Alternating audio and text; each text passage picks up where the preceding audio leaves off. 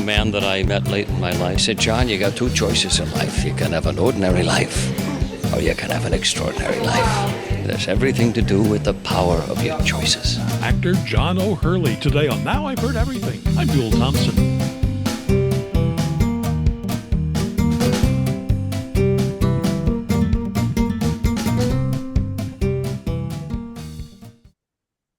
Years ago, actor John O'Hurley took on a role that would help redefine the rest of his acting career. I'm afraid it's your urine, Elaine. His portrayal of the idiosyncratic entrepreneur Jay Peterman became one of the most memorable characters on TV's Seinfeld. After the series ended, O'Hurley switched gears and became a game show host. He also appeared on Dancing with the Stars.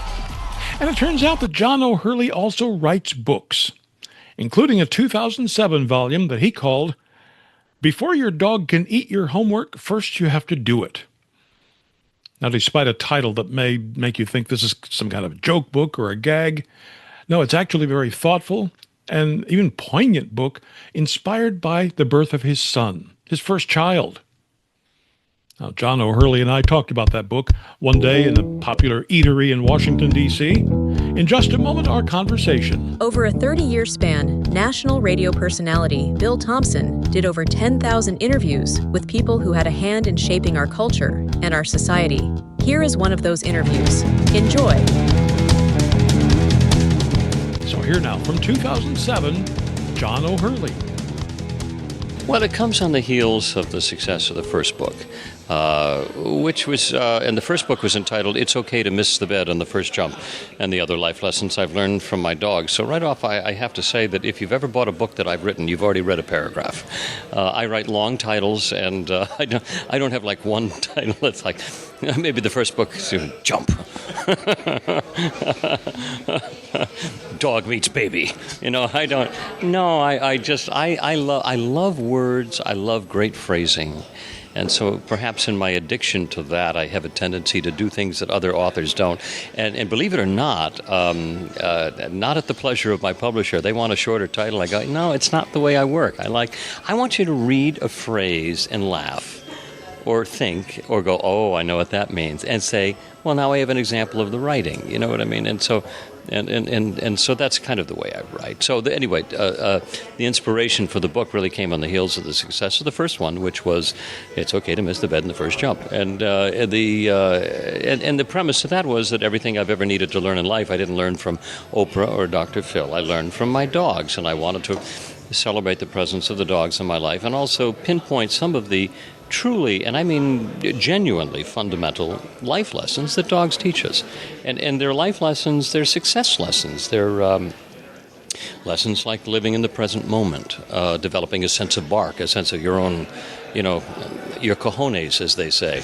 A dog does not lie when he barks. He means everything he barks, and people don't when they speak. And so I wanted to follow that up with with an extraordinary event in my life, which was the birth of my first child, or our first child. My wife was intimately involved, I understand, and I wanted to, and I thought, how interesting because the dog that I've had most of my adult life for 16 and a half years, as I looked at him sitting there underneath the infant feeding chair. And he was sitting there, and he sat there for 11 months and hasn't moved. And I thought perhaps, well, I wonder if he was writing, if he wrote letters, where would they be? And in that sense of passing the baton on to my actual son. Because sadly my dog will not live much longer, and I know this, and I write about that in the book. And I said, if he was to write letters, what would he write? And how would he explain this thing about how to be a man in the O'Hurley, in the O'Hurley household, and what to pass on, and the fact that he truly doesn't trust that I will ever be able to issue anything of a value structure to him on manhood, so he wanted the first shot at it. And so I kind of fantasized on that, and that really was the premise of the book. So that being said, I have to throw this disclaimer out. Lest you suffer the same fate that Oprah did when she fell into her million little pieces, or whatever that problem was with the plagiarism, which is so rampant right now. So that I do have to say that I did not write this book. My dog did. Maybe I should say, as told to John O'Hurley. As found by. These were actually a series of little letters that I found written from my age-old dog to my young son, and it's his legacy. It's his little compass to guide my son by. You know, I had 2 daughters. One of my daughters has now given me a grandson, so I'm just now beginning to learn how it is when you have a little boy in your life. This is a first for me, but it really does fundamentally change the way you see everything, doesn't it? Well, good for you for pointing that out. It does. I'm a first-time father, so I'm getting kind of hit both ways. I'm getting a son, and I'm also having a child. And I think it is different for a man, because I think there is probably no one within the sound of our voices right now that wouldn't love to have the opportunity to sit down and write their son a letter about manhood. Not women don't somehow. I don't feel that women have that same sense of attachment, but men, because I think we have a sense of legacy and a sense of lineage. I think that men want a sense of passing on from one, or at least identify more with the sense of, wanting to be able to stand on a tall field and look out over the lower 40 and say, look at the seeds that I did sow, and aren't I special? But I think there's something that exists in the heart of every man. As I said, it is listening to my voice. I would love to have a chance to sit and write their son a letter, and I had a chance to write my son a book. Although I did not write it, my dog did. Or so he says. So he says. I have proof of this, I'm sure. And so for me, it was a fundamentally difficult assignment once I chose to do it, because I then had to do as I explained to my wife, this is a very difficult book to write, because it's a sense of self-assessment too, because you can't just whimsically write about values to your son without having examined what do you believe in. And what are you willing to stand up for? Yeah, it occurred to me. I mean, you really had to go back and re-examine all these key moments in your life to be able to have your dog tell a story like this. And thank goodness he was that patient while I re-examined. But it was genuinely kind of a life experience for me to go back and say, because I was writing something that my son will always have, that represented not only what I believe, but what my father taught me and what his father taught him. And so there's this lineage that we're passing on down that's now kind of a written compendium of what the O'Hurley men believe in. And I wanted to do it in a way that wasn't a cliche, like, get out there and be the best dictator you can. I didn't want to, because I wanted this to inspire thought, and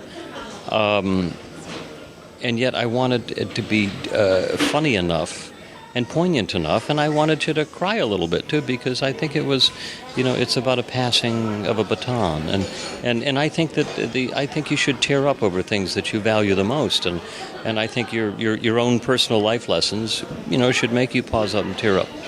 I think it will be difficult for readers to get through the chapter in which you describe the young man who decided that he wanted to go to medical school, was denied that time after time after time, finally gets into medical school, and then life takes a turn he hadn't anticipated.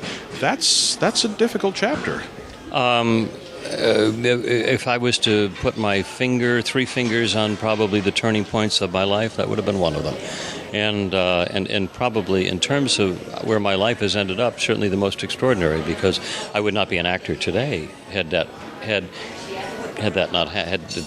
he lost his life, and I'll say it, and had he not lost his life, I probably wouldn't have had that sense of rebirth, or the sense of taking responsibility for my direction in my life, rather than being so passively respondent to things that came along because I was afraid of doing what I really wanted to do. I have to say, I'm very impressed with the clarity of mind that you had on those life-changing occasions, to recognize them as being life-changing occasions and not just saying, that was interesting.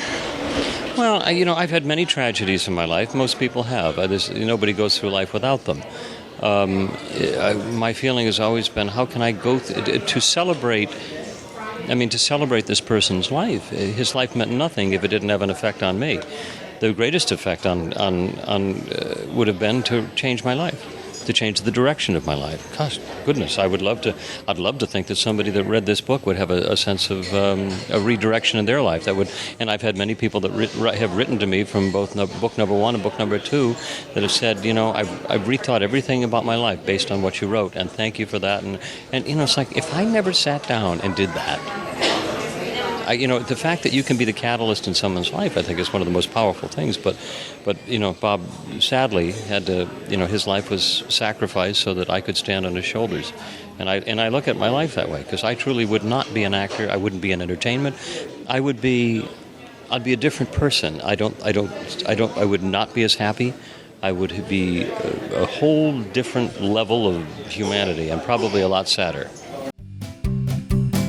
After this short break, John O'Hurley talks about how becoming a father changed his definition of success. Are you enjoying this conversation so far? And would you like to get a copy of the book we're talking about? Just tap the link in our show notes or visit our website, heardeverything.com. When you make a purchase through our affiliate links, you're also supporting this podcast. And we thank you for your support.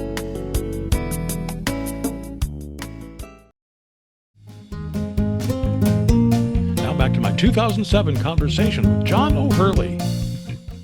You maybe have chosen to live the extraordinary life instead of the ordinary life.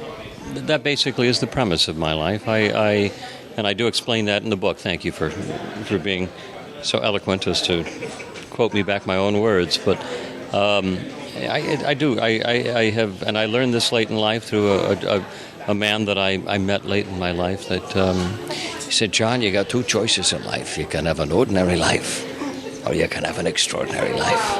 And it has nothing to do with money. It has nothing to do with power. It has everything to do with the power of your choices.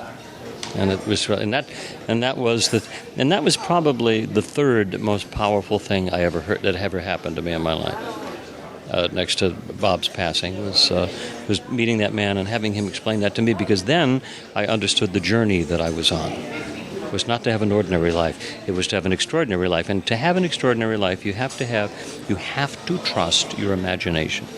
And not only trust it, you have to commit to it and carry the ball over the goal line, because, as I write in the book, the greatest tragedy is that the best ideas lie in the minds of people who think that everybody has a better idea than they do.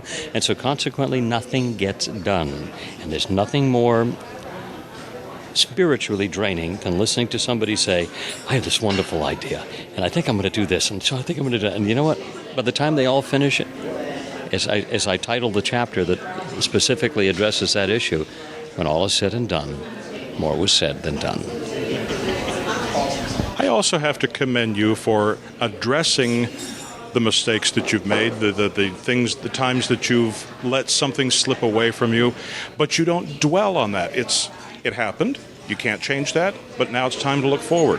I embrace them. I think it's part of my past. I don't mind talking about the fact that I was a terrible student. I really was, and it was like, and I think back and I go, my goodness, I could have had, how different my life would have been if I didn't squander my education the way I did. If I wasn't a crammer. If I had, but I learned so much from my self-assessment of it. I think that perhaps the redirection was stronger than the direction ever would have been, but who knows. But I also wanted my son to know that, Dad failed many things. Dad failed probably more than he succeeded, even though everybody considers me a great success in many areas, and I appreciate the result, but the process was a lot of failures, and I want my son to know that I was just another bozo on the bus. And it was only through personal examination that, and in my personal sense of an attachment to a sense of purpose, that I really redirected my life, because that ultimately is the message. It's not what happens to you in life; it's what you do about it. Well, you've anticipated, I think, maybe my next question. How does your definition of success change when you have a son? It changes extraordinarily.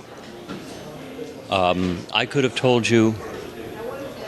If you'd asked me that question 3 years ago before I was married, I would have had a different answer for you. And it probably would have revolved somewhere around entertainment or possibly something that I needed to own, or or just, the generic peace in my life type of thing. I can tell you specifically and fundamentally that success in my life right now is just making sure that my arms are stretched, facile, strong enough to embrace my wife, my child, and my 2 dogs, and I need nothing else. I no longer require from entertainment the stimulation that I did a year ago, 2 years ago, 5 years ago, when I defined myself as an actor, and everything I needed was from entertainment. I had to be doing this, and so I worked like a banshee and everything. That's why people say, we see you everywhere. I said, well, it's kind of what I was all about, and I don't need that anymore. I don't need it as much anymore. It's certainly not to define me. Everything I have is in the arms of my child and my wife and my dogs. But that doesn't stop me from still pursuing what I enjoy doing. But I just have to. But it's changed me in the fact that I have discovered a depth of love that I didn't know that I had. I didn't know was possible. And at the age of 52, when you all of a sudden become a parent, which you have to admit, tip your hat to me for this incredible sense of planning to start parenting at 52 years old. My kid's going to be leaving diapers at the time I'm going into them. And so it's, and the only regret I will ever have in my life, and I'll tell you it right now, is that I didn't have this child back when I was 20. Because when all is said and done, I will miss the days that I couldn't have spent with them. John O'Hurley is 70 now, and he actually sits on the board of directors of the real J. Peterman Company.